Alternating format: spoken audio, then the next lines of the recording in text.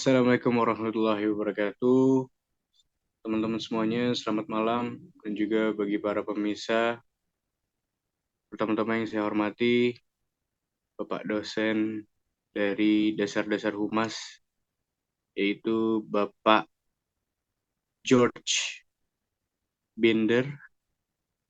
Dan yang kedua, juga para teman-teman yang saya hormati dan saya banggakan.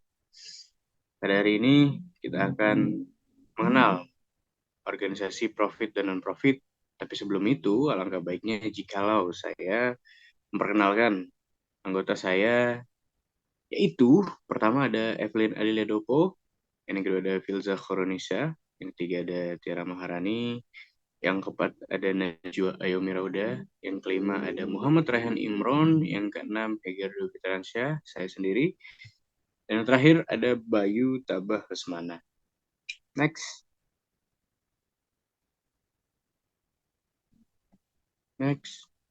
Apa itu organisasi profit dan non-profit?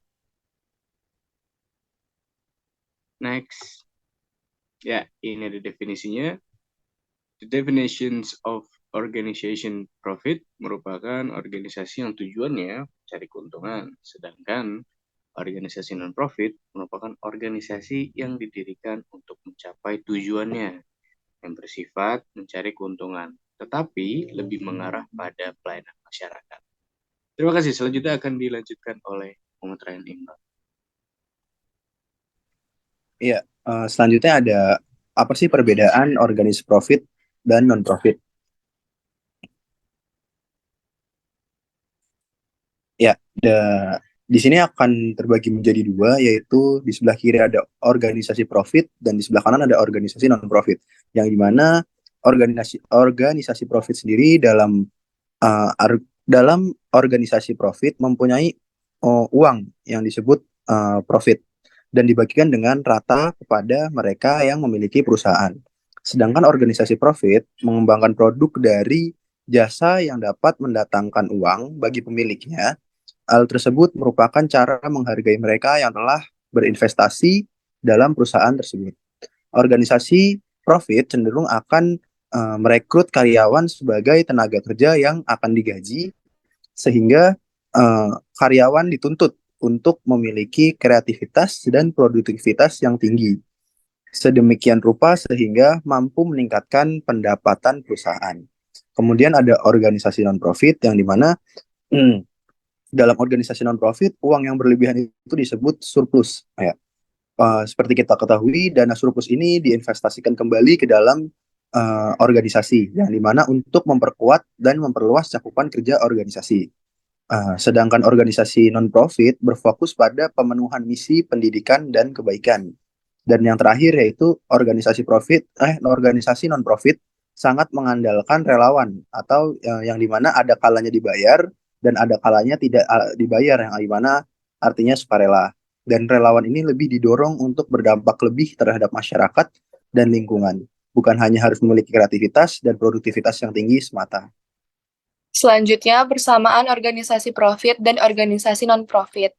Yang pertama, memiliki karakteristik publik. Yang kedua, memiliki penerapan manajemen strategis. Yang ketiga, memiliki wadah pelayanan bagi masyarakat dan lingkungan. Yang keempat, memiliki tantangan organisasi bersifat eksternal dan internal. Yang kelima, memiliki kekuatan yang bersumber dari peraturan yang ada. Dan yang terakhir, memiliki karakteristik organisasi menyangkut prinsip-prinsip organisasi seperti struktur organisasi, departementasi, pembagian kerja, hierarki, wewenang, dan kontrol. Selanjutnya ada beberapa contoh organisasi profit, yaitu salah satu contoh pertama, perusahaan firma perseroan terbatas PT perusahaan terbuka TBK. Tujuan organisasi profit yaitu untuk menghasilkan laba dan memenuhi kebutuhan masyarakat pada umumnya. Dan yaitu contoh organisasi non-profit. Pelayanan kesehatan dan kemanusiaan, asosiasi keanggotaan, organisasi keagamaan, dan lembaga pendidikan. Tujuan organisasi non-profit yaitu menjadikan sumber daya manusia sebagai aset paling berharga karena semua aktivitas organisasi yang dijalankan ini oleh untuk manusia itu sendiri. Selanjutnya akan dibacakan oleh kawan saya.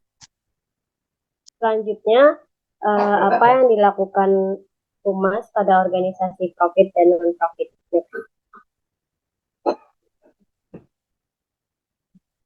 Dalam perusahaan profit, Humas menjalankan tugasnya untuk mendukung upaya-upaya peningkatan laba perusahaan. Humas juga menyampaikan informasi mengenai tanggung jawab organisasi kepada masyarakat luas untuk meningkatkan citra positif dan reputasi produk atau jasa yang dihasilkan, sehingga pada akhirnya dapat mendukung penjualan dengan menunjukkan bahwa produk atau jasa yang dibeli oleh masyarakat dihasilkan perusahaan yang kredibel dan memiliki citra yang positif. Next. Nah, Humas dalam organisasi non-profit mempunyai tujuan untuk melayani masyarakat. Terus tugas Humas organisasi non-profit dalam menjalankan tugasnya lebih pada tugas memberikan informasi atau penerangan dalam masyarakat. Selanjutnya akan dijelaskan oleh teman saya. Oke, next ada Humas pada organisasi non-profit pemerintah. Next. Organisasi non-profit pemerintah merupakan organisasi yang kegiatan operasionalnya dibiayai pemerintah atau negara.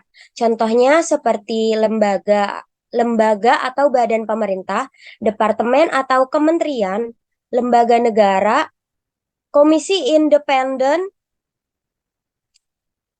dan sebagainya.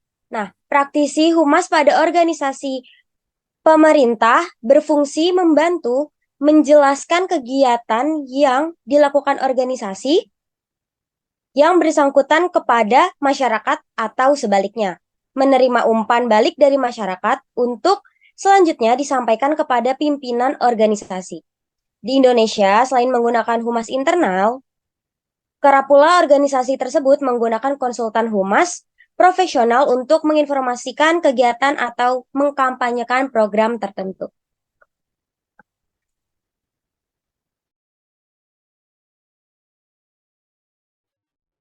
Selanjutnya ada Humas pada organisasi non-profit bukan pemerintah.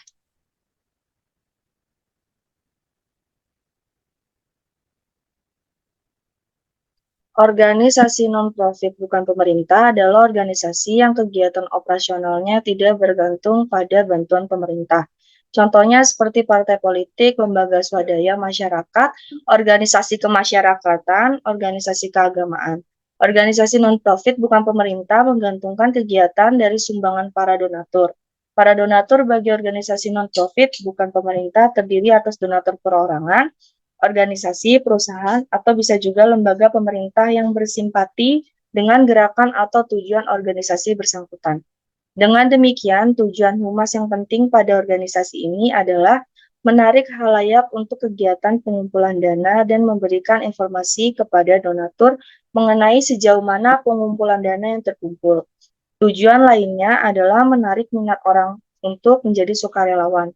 Organisasi kemanusiaan seperti Palang Merah misalnya sangat berkepentingan untuk mendapatkan sukarelawan donor darah.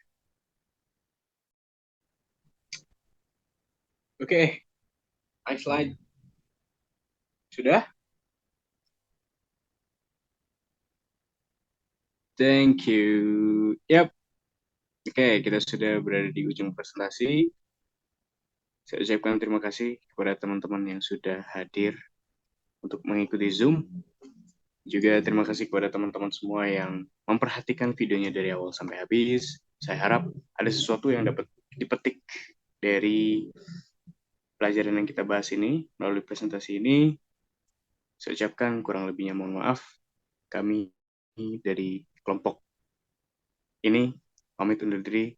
Terima kasih. Wassalamualaikum warahmatullahi wabarakatuh.